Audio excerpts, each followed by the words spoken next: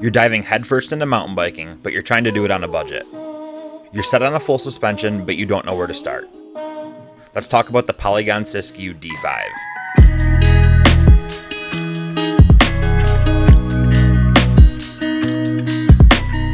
Coming in at just over $1,000, the 2021 Polygon Siskiu D5 is a budget-friendly, full suspension cross-country mountain bike.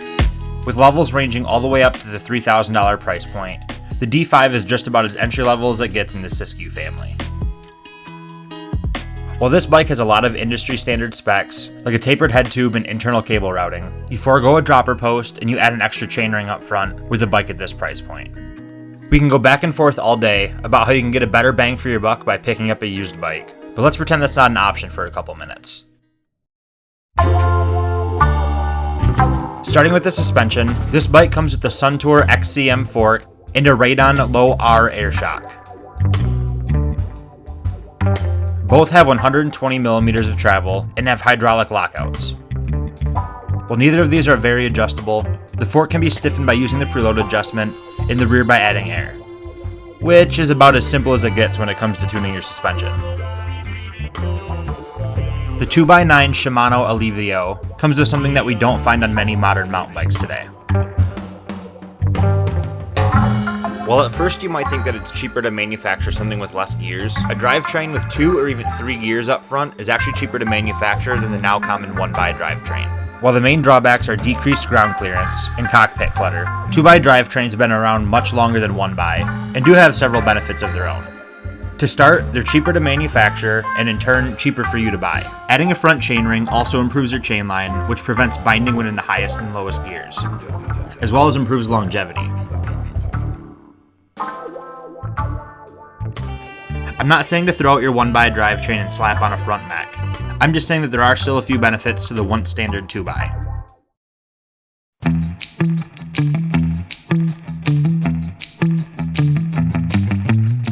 Keeping up with the trend of the last decade, this bike comes equipped with Shimano hydraulic disc brakes.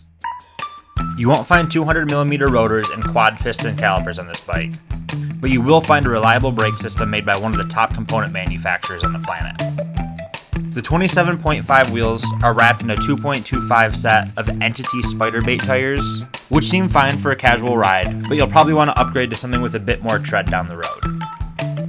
As bike manufacturers are looking for new ways to revolutionize mountain biking and develop the best frame design for their riders, things like longer reach and steeper head tube angles have become the norm. The Siskiu is designed with a 70-degree seat tube angle to help keep you centered over the frame when in the seated position.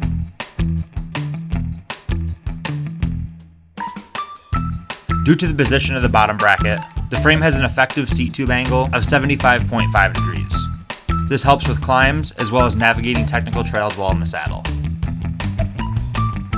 I've left a link below to the Polygon size chart, which I feel does a great job putting you on the right frame size. While there isn't much overlap for different sized riders, they have a pretty unique way of placing on the right frame, even if you're between sizes. Like we talked about at the beginning of this video, this is a budget-friendly XC full suspension mountain bike. It's not designed for plowing through double black tech at race pace or sending the biggest hits at the park. As is, this bike is designed for the beginner rider who's not yet looking to break their bike or their body. The casual rider on 2 tracks, gravel roads, beginner and some intermediate trails.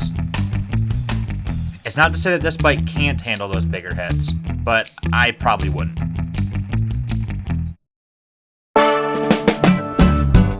While many of the components on this bike are in budget grade territory, everything is upgradable. As parts break, wear out, or you simply outgrow them as you become a better rider, the specs on this bike are standard among others in the industry, and you'll have good luck finding upgraded replacement parts. As you become more daring, you'll likely want to upgrade the fork and the shock to make this bike more capable. Upgrading the brakes and rotors will allow for better stopping power, and a new drivetrain will simplify your riding experience and declutter the cockpit. You can also add an internally routed dropper post to better increase your experience and get that saddle out of the way while riding. I wouldn't necessarily recommend this bike for someone who already has mountain biking experience. If you've been pushing your luck on a hardtail and you're looking to make the jump to a full suspension, this bike probably isn't what you're looking for. But if you're a new rider looking to get your feet wet with mountain biking and you don't want to break the bank right from the start, this would be a great choice. Just know that you'll find yourself upgrading parts as needed, but you'll do that regardless of the bike you choose. That's just part of mountain biking.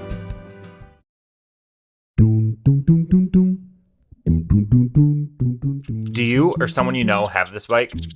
Let everyone know down in the comments what you think and if you would recommend this bike for a new rider. I'm curious to know what you think of this bike, especially since Polygon makes such a large variety of spec options for the Siskiu lineup. If you like this video and you want to see more just like it, make sure that you're subscribed.